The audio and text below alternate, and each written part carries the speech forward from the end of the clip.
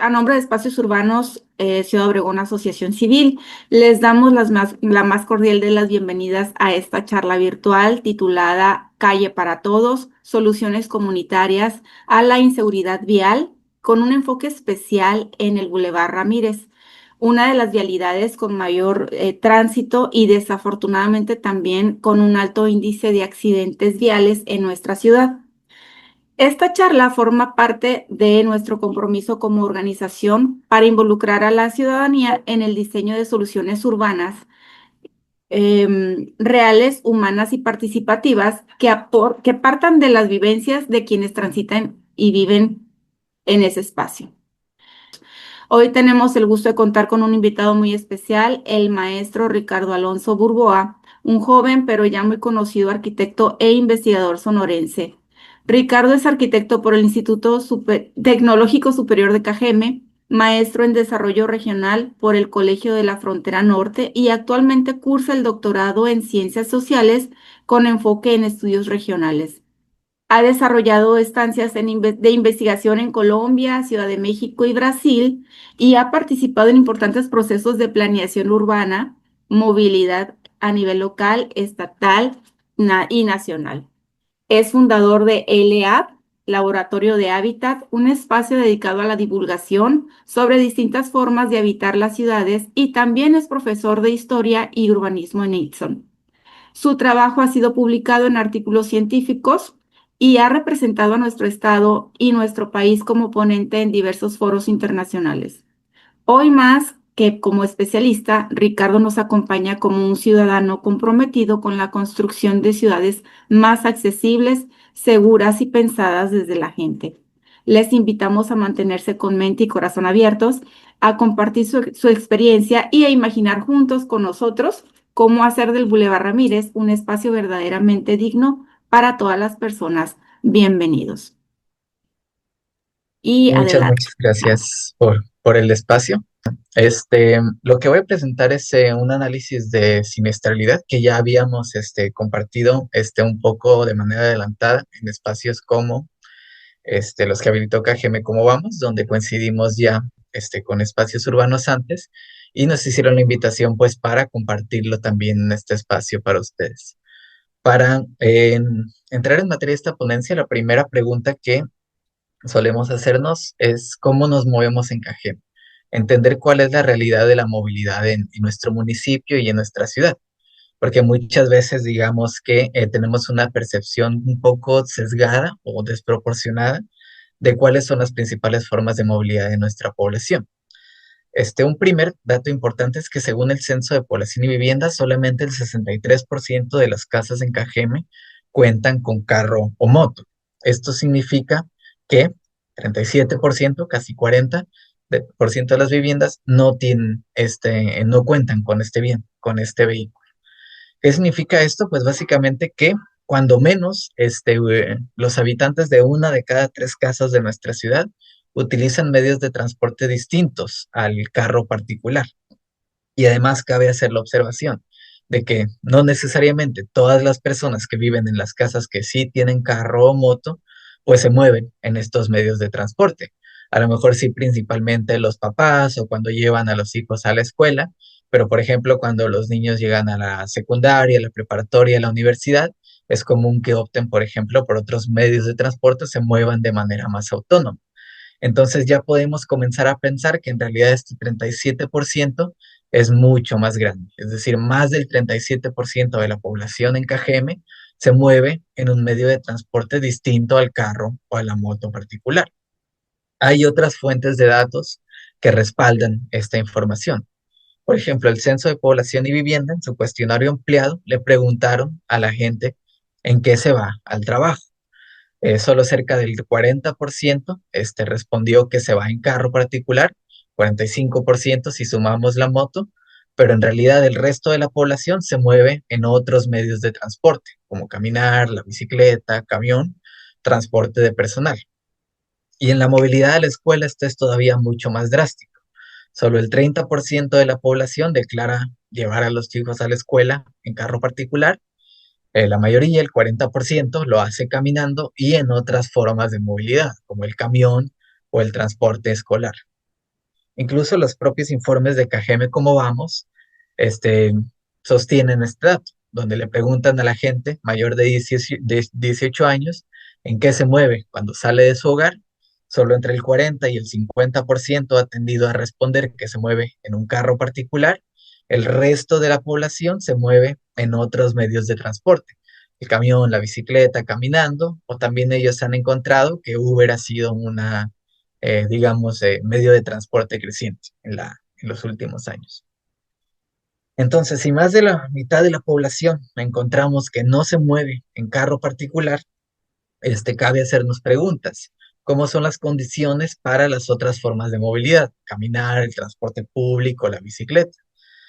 Si está pensado el sistema de movilidad de nuestra ciudad para estos otros medios de transporte, para quién son seguras nuestras calles y sobre todo preguntarnos para quién realmente son inseguras. Para ello, lo que nosotros hicimos es un análisis donde mapeamos en la ciudad todos los lugares donde han ocurrido siniestros viales donde se ven afectados dos usuarios en particular, peatones, incluyendo las personas con discapacidad. Las personas con discapacidad están consideradas dentro de los peatones como forma de movilidad, y personas ciclistas. Este es el mapa de los atropellamientos que encontramos a peatones entre los años 2022 y 2023. Y lo que tenemos ahí destacado son las calles donde se han concentrado más de 3 atropellamientos a lo largo de esas calles y además se han dado de forma secuenciada. Es decir, que digamos en una cuadra y posteriormente en la siguiente y en la siguiente, es decir, de manera consecutiva se presentan atropellamientos. Ahí vemos destacado, señalado lo que sería el Boulevard Ramírez y curiosamente, bueno, este es un caso, el Boulevard Ramírez era un caso particular en este análisis, porque vemos que para peatones no es particularmente peligrosa la zona. Se ha presentado un atropellamiento en la intersección con la calle Michoacán, que es una calle peligrosa en toda su extensión para peatones, y también en la intersección con la calle Chihuahua. Pero bueno, lo importante es que, bueno, se registraron 159 atropellamientos en estos 2 años, pero el 67% de estos atropellamientos ocurrieron nada más en las 20 calles que vemos marcadas aquí. Y además, de todos los atropellamientos, el 8% resultaron en muertes. ¿Qué significa esto? Que más o menos una de cada 10 personas que atropellan en nuestra ciudad muere en el sitio donde la atropellaron. Además, un dato muy grave que cabe resaltar es que en estas 20 calles se concentran la gran mayoría de los atropellamientos a peatones nada más. Y bueno, que es una situación muy grave porque más o menos uno de cada 10 peatones atropellados muere en el lugar y no sabemos cuántos murieron fuera del lugar, en el trayecto al hospital o en el hospital, por ejemplo. Y bueno, estas son las 20 calles que aparecen ahí señaladas. Las podrán revisar en la grabación de la ponencia. Y aquí es donde se pone interesante la situación con el Boulevard Ramírez, porque vemos que para ciclistas sí es una calle particularmente peligrosa. Vemos que se concentran muchos más atropellamientos que a peatones. Aquí lo que vemos son 15 calles en las que se concentran el 70% de los atropellamientos, que vendrían siendo estas que aparecen enlistadas aquí. Okay. Y bueno, un aspecto que aquí cabe destacar es que a pesar de que algunas de las calles coinciden, no todas coinciden. Si vemos, son algunas calles las que son peligrosas para peatones y algunas otras distintas son las peligrosas para ciclistas. ¿Qué significa esto? Que hay alguna condición particular que provoca que una calle sea especialmente riesgosa para un tipo de siniestro. Es decir, hay algo que provoca que la calle sea particularmente riesgosa para peatones, para ciclistas, para ambos, o a lo mejor que particularmente sea una zona donde se produzcan muchos choques. no es algo que ocurre de manera generalizada en la ciudad, sino que hay alguna característica de la vialidad que provoca que estos siniestros ocurran con mayor frecuencia o sean más graves exactamente en ese punto. Entonces, esta es básicamente toda la red vial que nosotros vemos de nuestra ciudad y estas son las calles que identificamos. Las rojas son las peligrosas para ambos usuarios, tanto peatones como ciclistas. Las naranjas, las que son particularmente riesgosas para peatones, pero no tanto para ciclistas. Y las amarillas, las riesgosas para ciclistas, pero no tanto para peatones. Entre ellas, el Boulevard Ramírez. Aquí lo que destaca es que son 9 las calles riesgosas para ambos usuarios, y en estas se concentran cerca del 40% de las afectaciones a peatones y el 50% de las afectaciones a ciclistas, que son estas 9 que tenemos aquí. Viéndolo de manera como generalizada, como si hiciéramos una línea con todas las calles de nuestra ciudad, que serían 1.877 kilómetros de vialidades. Vemos que la concentración de siniestros que afectan a peatones y ciclistas es muy particular. Solamente en esta pequeña parte, en el 6% de la red vial, ocurren el 67% de los atropellamientos a peatones. En el 5% de la red vial, el 70% de atropellamientos a ciclistas, y además estas son las calles que coinciden. 3.5% de la red vial corresponden a las calles que afectan tanto a peatones como a ciclistas. Si sumamos todo eso y lo vemos en perspectiva con la generalidad de nuestra red vial, es donde vemos la oportunidad que tenemos para mejorar esta condición en nuestra ciudad. Porque solamente interviniendo el 3.5% de la red vial, es decir, muy pocos kilómetros, estaríamos contribuyendo a evitar cerca del 40% de atropellamientos a peatones y el 50% de atropellamientos a ciclistas, nada más interviniendo esas calles. Y así sumamos las otras calles que afectan tanto a peatones como a ciclistas en particular, pues sumaríamos otro 20-25% de contribución a cada uno de estos usuarios. En total, interviniendo solo el 7.8% de nuestra red vial, es decir, menos del 10%, estaríamos ya contribuyendo a evitar gran parte de los atropellamientos a estos dos usuarios que identificamos como vulnerables, peatones y ciclistas. Pero bueno, cuando hablamos de intervención pública, ¿a qué nos referimos con intervenir? ¿Qué es este concepto exactamente de intervención? Bueno, recién el año pasado se publicó una norma oficial mexicana que es la que establece cómo debe ser la configuración, el diseño de nuestras calles de manera segura, es decir, cómo deben de ser trazadas, configuradas, diseñadas las calles al interior de las ciudades en todo el país.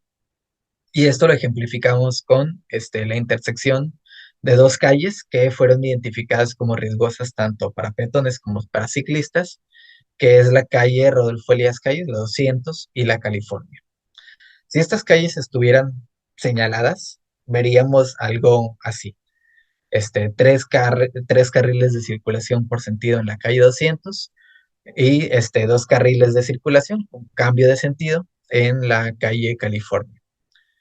Sin embargo, lo que vemos al tratar de aplicar los criterios que establece la norma oficial mexicana, que entre ellos define el ancho de los carriles de circulación, vemos que el ancho de los carriles actual está bastante sobrado. Aquí lo que identificamos es todo el espacio que sobraría en las calles si señalizáramos los carriles de circulación con su ancho adecuado, y además en las esquinas destacamos el espacio que en teoría no debería ser ocupado por carros, un espacio donde no debería haber carros estacionados ni debería de utilizarse para dar vuelta, por ejemplo, que en teoría debería de ser libre para el cruce seguro de los peatones y la visibilidad de los vehículos en el cruce. Entonces, ¿qué podemos hacer con todo este espacio que nos aparece ahí desaprovechado y en la actualidad no cumple ninguna función dentro de la normativa o de los reglamentos para el uso de los carros?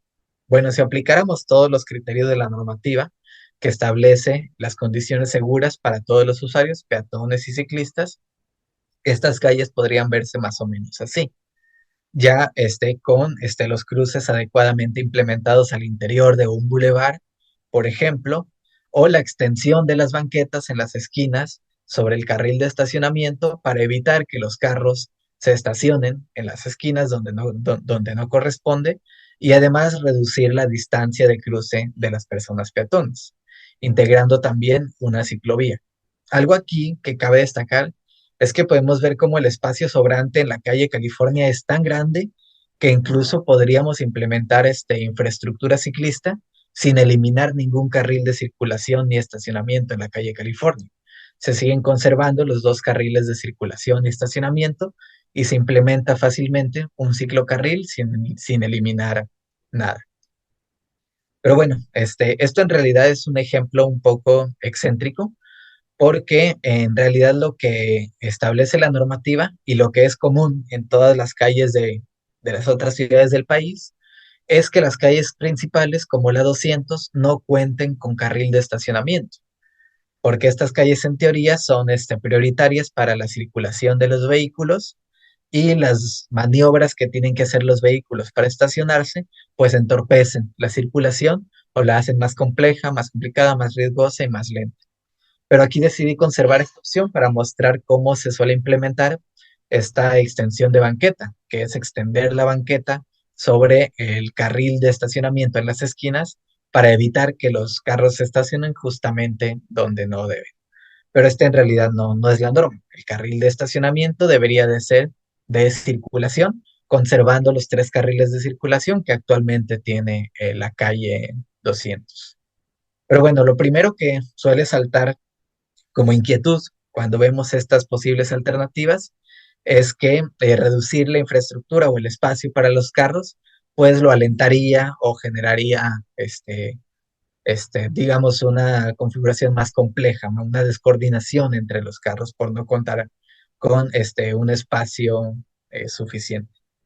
Sin embargo, en nuestra propia ciudad tenemos un ejemplo de que esto no suele ser así. La calle 200, que tiene tres carriles de circulación por sentido, fluye igual o incluso menos, de manera menos eficiente que calles como la 6 de Abril o la Jesús García, que tienen solamente un carril de circulación por sentido.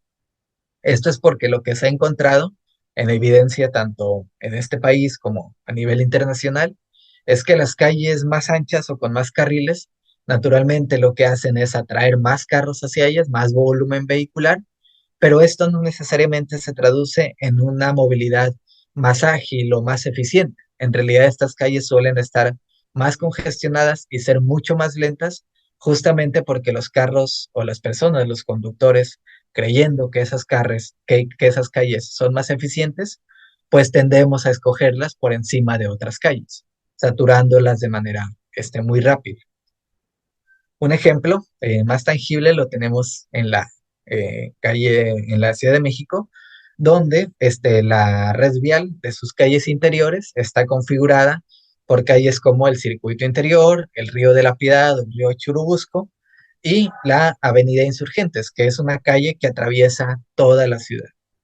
Esta es una calle que llama particularmente la atención porque la Avenida Insurgentes de la Ciudad de México y nuestra calle 200 miden de ancho prácticamente lo mismo, aproximadamente 25 metros y medio en su arroyo vehicular, de banqueta a banqueta.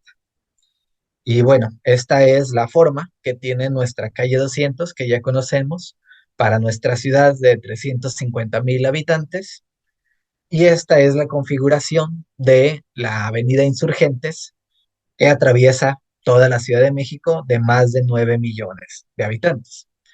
Entonces, ¿qué vemos aquí? Que una ciudad de más de 9 millones de habitantes, con un volumen vehicular muchísimo, muchísimo mayor que nuestra ciudad, se da abasto y funciona de manera similar con una calle configurada así, mientras en nuestra ciudad sentimos que una calle así no se da abasto para los carros que circulan en nuestra ciudad. Lo que hemos encontrado es que esto es contradictorio, que en realidad las calles deben reconfigurarse para apostar por la movilidad segura y eficiente de otras formas. de transporte. Aquí vemos el espacio destinado al transporte público, a la movilidad no motorizada como bicicleta, patines, patinetas y un cruce seguro con banquetas cómodas, amplias y arborizadas para las personas peatones. Entonces, básicamente las preguntas que traemos con esta propuesta es entender o tratar de entender la seguridad vial y la comodidad, la habitabilidad de nuestra ciudad, no solo en cuestiones del comportamiento de las personas, sino en cuestión de su infraestructura. ¿En qué ciudad queremos vivir? ¿Cuál es la ciudad que nosotros consideraríamos más segura para habitar en ella, para movernos en ella? Estas son, digamos, las tres posibles opciones que tendríamos, por ejemplo, para nuestra intersección de la calle California y 200. Dejarla tal cual está en la actualidad, mente pintar lo que ya existe en la actualidad o apostar por una reconfiguración de esto. Pero bueno, esto es lo que en teoría le tocaría a nuestros gobiernos, a nuestras autoridades municipales, trabajar o realizar. Entonces, ¿qué podemos hacer los habitantes para contribuir a esto? Aquí yo traigo tres propuestas. Lo primero es no pedir más presupuesto para los carros. Básicamente, hacernos unas preguntas, que es cuánto de lo que se gasta en mantenimiento para mejoramiento de las vialidades se gasta en infraestructura peatonal o ciclista. ¿Cuánto se gasta en banquetas o en infraestructura ciclista en comparación con lo que se gasta, por ejemplo, en pavimentación o bacheo? O en general, ¿cuántas de las obras de pavimentación que hay en nuestra ciudad incluyen la reconstrucción también de banquetas e infraestructura ciclista? ¿Por qué esto? Básicamente porque hay un hecho muy preocupante, que es que tengamos carro o no, todos subsidiamos la movilidad del carro con nuestros impuestos. Toda la población pagamos impuestos, pero estos impuestos, tengamos carro o no, se van en pavimentación, en subsidio a la gasolina, en otros rubros.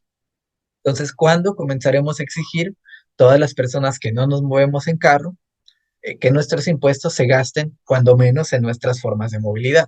Básicamente que no todo el presupuesto municipal se vaya al carro, sino que también se invierta en nuestras banquetas, en infraestructura ciclista, en cruces peatonales seguros, etcétera.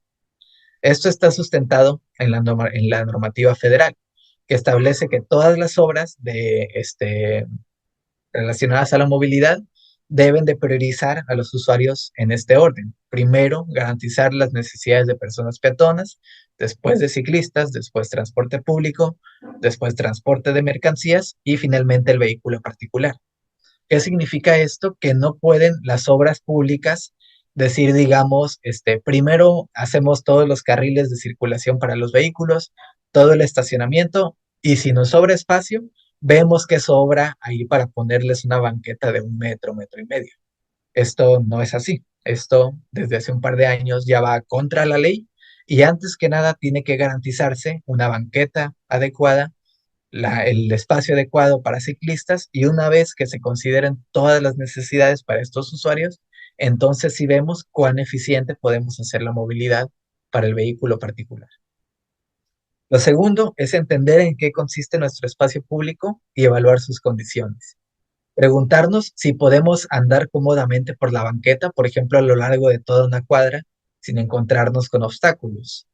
Preguntarnos si es fácil, si es seguro bajar de la banqueta y cruzar la calle, o si más bien se nos hace un rompecabezas complicado que tenemos que estarnos fijando por todos lados a ver si no viene un carro que nos pueda afectar, y preguntarnos si me siento seguro, por ejemplo, para utilizar otras formas de movilidad como la bicicleta en nuestra calle.